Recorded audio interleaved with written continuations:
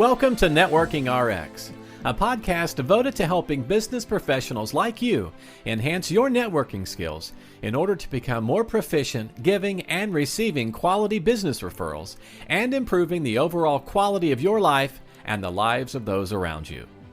The Networking RX podcast is a production of AmSpirit Business Connections, an organization whose mission is to empower business success through networking. Title of this particular episode is The Relationship Stupid, and what that harkens to is in 1992, the presidential campaign 1992, James Carville was the political strategist for Bill Clinton, who ultimately won. And they were up against the incumbent, George H.W. Bush, and they were trying to figure out, okay, how do we take on George H.W. Bush? He was somewhat a popular president. He had ended the Gulf War in 6 days, and generally speaking, the incumbent who wins a war is going to get reelected. But obviously they're going to run, and they're going to do their best job at running. And they were throwing around all sorts of ideas on, what approach do we take? How do we motivate our base? And obviously the base is going to stick with you. It's really that middle part of the country that doesn't lean left or right, that can be swayed to vote one way or the other. At any rate, James Carville stood up and he went to a dry erase board and he wrote in big letters, "The economy's stupid." And he basically signaled to everybody in the room, Bill Clinton, listen, we're going to win this thing on the economy. Yeah, President Bush has done well with the war effort, but the economy's not doing well right now. So, 1992, I don't know if people remember, but, there was somewhat of a recession. Recessions come and go, but there was one right there. It wasn't horrible, but there was a recession, and it was something they could really hammer at: the economy, the economy, the economy. And it's interesting because success at most anything really comes down to the basics. And that's what James Carville was suggesting. Let's just stick to the basics. Let's not really muddy this with all sorts of different things. Let's stick to the basics. And the basics in this situation in 1992 was the economy. It's the economy, stupid. And I really like that because it reminds me a lot of networking. Networking is relationships. It's the relationship, stupid. People come to me all the time and they want help becoming better networked. And, it just really comes down to their relationships. There are other things related to it. I mean, getting referrals is a little more complicated, but building a network, it really comes down to relationships. One of the things that I have heard over the years, I probably heard this dating back to high school or college, was it's not what you know, it's who you know. And essentially, probably my parents told me, or maybe it was a guidance counselor, certainly somebody in college, as I was, looking to move on into a career, would say, it's not what you know. Learning things is great, but it's who you know. And what they were really kind of indicating is that, yeah, you're learning lots of great things here and you're smarter than you've ever been, but everybody here is learning lots of great things and is smarter than they've ever been. And I certainly learned that when I was in law school, that, when you get out of law school and you go off to work for a firm, everybody's been to law school. You're not special in that firm, certainly not amongst the lawyers. I had an MBA. There were other people with MBAs, other people with masters, and people with CPAs. So it wasn't what I knew. There was nothing I studied that they didn't study. It was who you knew. But I learned over time that it's not what you know, and it's not necessarily who you know. And the best example I can use for that is just to kind of give some background on myself. I have a law degree, I have an MBA. I was an attorney in a large firm. It was a good job. It was a good job. I just didn't want to do taxes, be a tax consultant for the rest of my life. And so I was looking to leave. I was a little disenchanted with the corporate world, and my mom suggested that I talk to my Uncle Dick. My Uncle Dick lived and worked in Chicago, Illinois. He worked for IBM. He sold computers for IBM, not desktops, big mainframes, big computer applications. My Uncle Dick probably knew a lot of people in Chicago, Illinois. But I didn't want to reach out to him because I felt like I needed to do it on my own. And I remember telling my mom, I will figure it out. I will do it on my own. Um, and so there's a perfect example of it's not what you know. It's not who you know. I certainly knew my Uncle Dick. He's since passed, but wonderful man, very nice. He would have certainly taken my call. He probably would have invited me up. He probably would have, taken me around and introduced me to anybody. I didn't I didn't even explore it. So it's not what you know, and it's not even who you know. It's what you do with the relationships, right? It's what you do with the relationships. It's the relationships, stupid, right? Um, now, I'm I love that story, and I certainly love my uncle. I'm glad that didn't happen because I would have had my life would have had a totally different path. I love the path I'm on, helping grow AmSpirit Business Connections, working with entrepreneurs, sales reps, and professionals, around the country, really around the world. The reason I've gone with 10:30 a.m. Eastern time is it's not horribly early on the West Coast of the United States, and it's not horribly late over in Europe either. You can really kind of get all the way over into India and Thailand, and it's still not terribly late. People can pick this up if they're so inclined. So it turns out to be a great time. So it's not what you know, it's not who you know, but it's what you do with those relationships.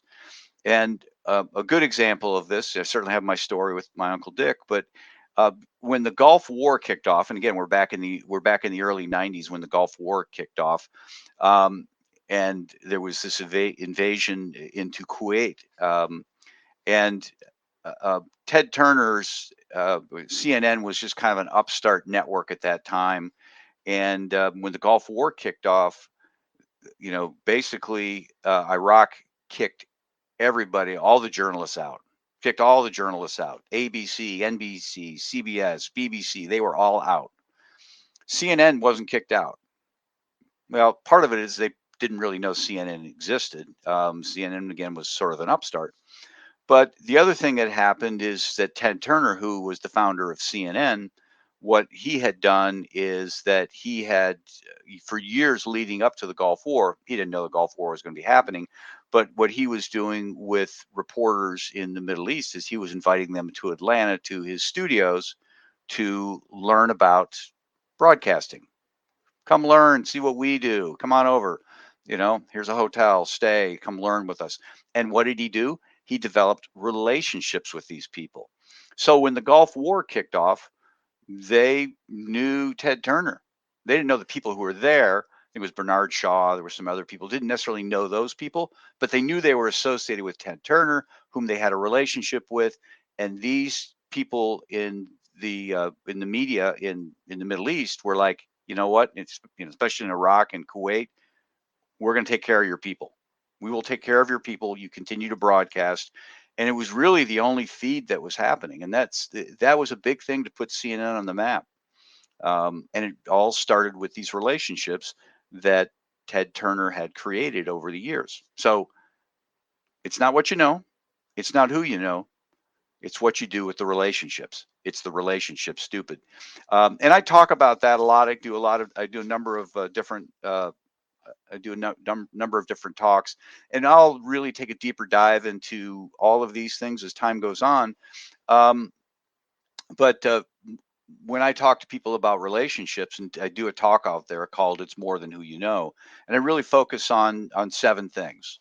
One, never stop giving. Find ways to contribute to other people.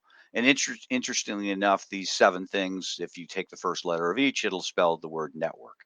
So you can check me on it if you will. But the first is never stop giving. Find ways to help other people. So Ted Turner did. He found ways to help other people. Second thing is that every contact has opportunity. Don't pass over opportunities because you think that there's no value there. Likely there is value. And they may not be the person, but they're likely connected to the person. When I talk to people who are in job transition, I'll say, every contact has opportunity. The person you're talking to may not be the person hiring you, but they're likely connected to the person or connected to the person who's connected to the person. So you don't want to burn any bridges. The third thing is that there's no shame in asking. If you're out there giving to people and every contact has opportunity, you're giving everybody respect, then ask for the things you need. Humans, and we'll talk on this in future episodes, humans are hardwired to help one another. They're hardwired to help one another. And so, there's no shame in you reaching out and just asking people for help. Chances are, if you're specific, and then, that's a whole nother conversation, you need to be specific and you can't be too demanding and all sorts of things like that. But if you ask for help, people will reach out and help you. I asked for help to try and get this thing started. I have no idea how to do a LinkedIn Live. And again, I might be totally messing this up. But I asked for help and was really kind of guided along the way, step by step by step. So the first three things: never stop giving. Every contact has opportunity. There's no shame in asking. Work to get involved. The fourth thing, the W. Work to get involved. Get involved in your community. Find ways. Get involved in your office. If things are happening at your office, don't just show up to work and then leave. Do what you need to do. What are other things that you can do to kind of raise your level of exposure? And so I encourage people, whether in job transition or growing a business, to work to get involved in their community. However you define community, you might define community as, a little local area, or it might be something totally worldwide, or anywhere in between. But work to get involved in that community and raise your level of exposure. Fifth thing, one contact at a time. Your network is going to grow one contact at a time. Don't feel like as if you need to, what's that one thing I can do to meet lots of people? You know what? It's the relationship, stupid. Right? It's the relationship, and relationships are built one at a time. You can have various relationships with people, but they're built one at a time, and it's really not effective. Certainly, well, it's not possible, maybe not effective, however you want to look at it, to try and create a relationship with multiple people at the same time, 100 people at the same time. Now, you might be able to do a post, or you might be able to broadcast to lots of people, but you're not building a relationship, and the relationships are one at a time. The sixth thing, reconnect often. Find ways to reconnect with the people that you know. I joke about it, but if you're between the ages of 19 and 90, you know more people today than you'll meet over the course of the next year, maybe 2 years, maybe 3. You know lots of people. You know people from high school. You know people from college. Um, you know lots of people from prior jobs. If you're under 19, you're probably still hanging out with the same kids from high school. And so you're going to meet a lot of new people. If you're over 90, you're tending to forget people. And so it's a whole nother conversation. But lots of people. So don't be afraid to reach back out and reconnect with those people. Again, it's the relationship. And so you already have a relationship with them. It might be somewhat dormant, but reach back out and rekindle that relationship. And again, I'll do a whole program on that at some point in time. I have lots planned. I have a podcast that will continue on. Some of these episodes may make their way onto that podcast, but it will continue on, and there's just a lot of topics there that we can delve into and rehash. But the seventh thing, never stop giving. Every contact has opportunity. There's no shame in asking. Work to get involved, one contact at a time. Reconnect often, and the last one's keep after it. Networking is not something you do so you get a job, or that you do so you get a client or get a promotion or whatever. Networking has really got to be a lifestyle. Building relationships has really got to be a lifestyle. It's got to be just something that you're dialed into. So just figure out ways of getting better and better and better at your networking, at your building relationships. And from that, again, relationships, just like the economy, is kind of the basics. And if you really focus in on having great relationships, starting good relationships, building good relationships, you don't find relationships, you build them over time. If you really focus in on doing those things in time, you will find success. Thanks for joining us on the Networking RX podcast. Please put what you've learned into action today and let us know if you have questions, comments, or ideas for future topics. You can email them to us at podcast@amspirit.com. That's AmSpirit.com. Finally, so you never miss an episode, be sure to subscribe to the Networking RX podcast through iTunes, Overcast, or however you receive your podcasts. Now get out and network with someone. The Networking RX podcast is the copyright production of AmSpirit Business Connection. All rights reserved.